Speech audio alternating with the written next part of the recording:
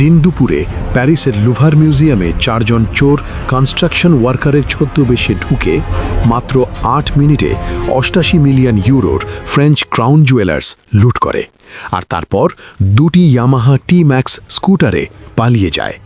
এটা 2025 সালের সবচেয়ে সাহসী ডাকাতি। প্রিয় দর্শক, আজ আমরা বিস্তারিত আলোচনা করব 19 অক্টোবর 2025 সালের সেই চাঞ্চল্যকর ডাকাতির ঘটনা নিয়ে। দিনটি ছিল রবিবার। সকাল 9:30 মিনিটে লুভার মিউজিয়াম খোলার মাত্র আধ ঘন্টা পর 4 জন চোর মুখে মুখোশ পরা, হলুদ হাইভিজ ভেস্ট এবং হেলমেটে চুরি করা একটি ফার্নিচার মুভিং ট্রাক নিয়ে সেন নদীর ধারে কাই ফ্রান্সোয়া মিটেরা রোডে পার্ক করে। ট্রাকে লাগানো ইলেকট্রিক হাইড্রোলিক লিফট ব্যবহার করে দুজন চোর দ্বিতীয় তলার ব্যালকনির জানালায় পৌঁছায়। অ্যাঙ্গেল গ্রাইন্ডার দিয়ে জানালা ভেঙে তারা গ্যালারি দ্য অ্যাপোলোতে ঢোকে। ভেতরে প্রবেশ করে গার্ডদেরকে পাওয়ার টুল দেখিয়ে হুমকি দেয়। কোনো আগ্নেয়াস্ত্র ব্যবহার না করে মাত্র 3 মিনিট 58 সেকেন্ডে তারা দুটি হাই সিকিউরিটি ডিসপ্লে কেস ভেঙে 9টি অমূল্য গয়না লক্ষ্য করে। এর মধ্যে ইমপ্রেস ইউজনের ডায়মন্ড অ্যান্ড এমারেল্ড ক্রাউন টেনে বের করতে গিয়ে ক্ষতি করে ভেঙে ঠেলে দেয়। বাকি 8টি নেয়, যার মধ্যে মারি লুইসের এমারেল্ড নেকলেস, 32টি এমারেল্ড, 1138টি ডায়মন্ড, কুইন মারি অ্যামেলি ও হটেন্সের সাফায়ার ডায়াডেম, 24টি সেলন সাফায়ার, 1083টি ডায়মন্ড, কুইন মারি অ্যামেলি ও হর্টেন্সের সাফায়ার ডায়াডেম, 24টি সেলন সাফায়ার, 1083টি ডায়মন্ড, ইউজিনির পার্ল ডায়াডেম, 212টি পার্ল, 1998টি diamond, reliquary brooch, large corsage brooch সহ আরও অনেক কিছু, যার মোট মূল্য 88 মিলিয়ন ইউরো, বাংলাদেশি টাকায় যার মূল্য ধারায় প্রায় 1000 কোটি টাকা। সকাল 9:38 মিনিটে লিফটে নেমে দুটি ইয়ামাহা টি-ম্যাক্স স্কুটারে চড়ে তারা পালিয়ে যায়। পালানোর আগে তারা লিফটে গ্যাসোলিন ও ব্লো টর্চ দিয়ে আগুন লাগানোর চেষ্টা করে, কিন্তু একজন স্টাফের হস্তক্ষেপে এটি করতে ব্যর্থ হয়।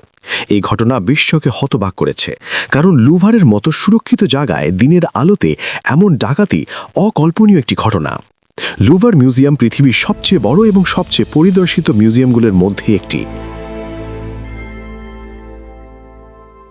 2024 সালে 87 লক্ষ দর্শক। গ্যালারি দ্য অ্যাপোলো 1661 সালে লুই 14 নির্মাণ করান, সোনালী আলোকিত অলঙ্কৃত করে।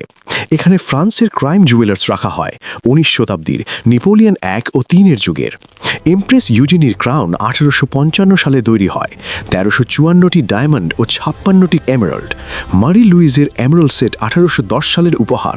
সাফায়ার পাডুরারে 24টি সিলন সাফায়ার, পার্ল ডায়াডামে 212টি পার্ল সেখানে রাখা হয়। এগুলোকে ফ্রান্সের রাজতন্ত্রের প্রতীক বলা হয়। রেভলিউশন থেকে বেঁচে যাওয়া নিরাপত্তা অত্যাধুনিক বলে মনে হয় সিসিটিভি, অ্যালার্ম গার্ড এগুলোকে। কিন্তু 2017 এবং 19 সালে অডিটে রিভারসাইড ব্যালকনির দুর্বলতা চিহ্নিত করা হয়। গ্যালারির মাত্র 39% রুমে সিসিটিভি থাকলেও সেগুলোর পাসওয়ার্ড সাধারণ এবং খুবই দুর্বল ছিল। বিশেষজ্ঞরা বলেন, গয়নাগুলো ভেঙে পাথর আলাদা করে ব্ল্যাক মার্কেটে বিক্রি হতে পারে। চুরিটি হয়েছিল সকাল 9:30-এ। চোরেরা ট্রাক নিয়ে আসে, দুজন লিফটে উঠে জানালা ভাঙে, সাথে সাথে অ্যালার্ম বাজে, কিন্তু ক্যামেরা ভুল দিকে থাকায় চোরদের দেখা যায়নি। কন্ট্রোল রুমে সুইচ করতেও 8 মিনিট লেগে যায় তাদের। এর মধ্যে চোরেরা ভেতরে ঢুকে গার্ডদের হুমকি দেয়, আর মাত্র 3 মিনিট 58 সেকেন্ডে কেস ভেঙে 9টি গয়না লক্ষ্য করে আর ক্রাউন ক্ষতি করে ফেলে। 9:34-এ চুরি শেষ করে লিফটে নেমে স্কুটারে করে পালিয়ে যায়। পুলিশ 30 সেকেন্ড পর পৌঁছয় সেখানে, কিন্তু তারা ভুল দিকে যায়। চোরদের কাজ দেখে মনে হয়েছে তারা প্রফেশনাল চোর, এরা আগেও সব কাজ করেছে। এই চুরিটি 2019 সালের ড্রেসডেন ডাকাতির মতোই একটি ঘটনা। মিউজিয়ামটিতে স্ট্রাইক চলছিল, আন্ডারস্টাফিং সহ পুরনো সিস্টেমও ছিল। ডিরেক্টর লরেন্স ডেকার্টস এই সকল ত্রুটি স্বীকার করেন। চুরির পর লুভার মিউজিয়াম বন্ধ করে দেয় 22 অক্টোবর পর্যন্ত। ইন্টারপোল ডাটাবেসে যোগ হয় এবং পুলিশ 150+ প্রমাণ সংগ্রহ করে, ডিএনএ, টুলস, ব্লু টর্চ এইসব সহ। 25 অক্টোবর প্রথম 2 জন গ্রেপ্তার হয় বিমানবন্দর থেকে। তারপর 29 অক্টোবর 5 জন, 31 অক্টোবর 2 জন, 25 নভেম্বর আরও 4 জন, মোট 9 জন গ্রেপ্তার হয়। আরও 5 জনের বিরুদ্ধে চার্জও হয়, কিন্তু গয়না উদ্ধার করা যায়নি। প্রেসিডেন্ট ম্যাক্রন এই ঘটনাকে নিন্দা করেন। মিউজিয়ামের ডিরেক্টর রিজাইন অফার করেন, কিন্তু গৃহীত হয়নি তার রিজাইন। তারপর 23 ডিসেম্বর 2025-এ জানালায় মেটাল বার লাগানো হয় এবং অতিরিক্ত পুলিশ সহ নতুন ক্যামেরাও লাগানো হয়। তবে লাভ কি, যা হবার তা তো হয়েই গেছে। এই সংস্কারগুলি যদি আগে করা হতো তাহলে হয়তো এরকম একটি ঘটনা কখনোই ঘটত না। এই ডাকাতি শুধু একটি ডাকাতি নয়, এটি ফ্রান্সের ঐতিহ্যের উপর গভীর আঘাত।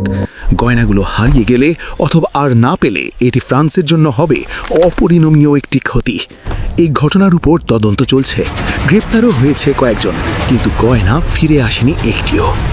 এটা আমাদের স্মরণ করিয়ে দেয় নিরাপত্তার গুরুত্ব।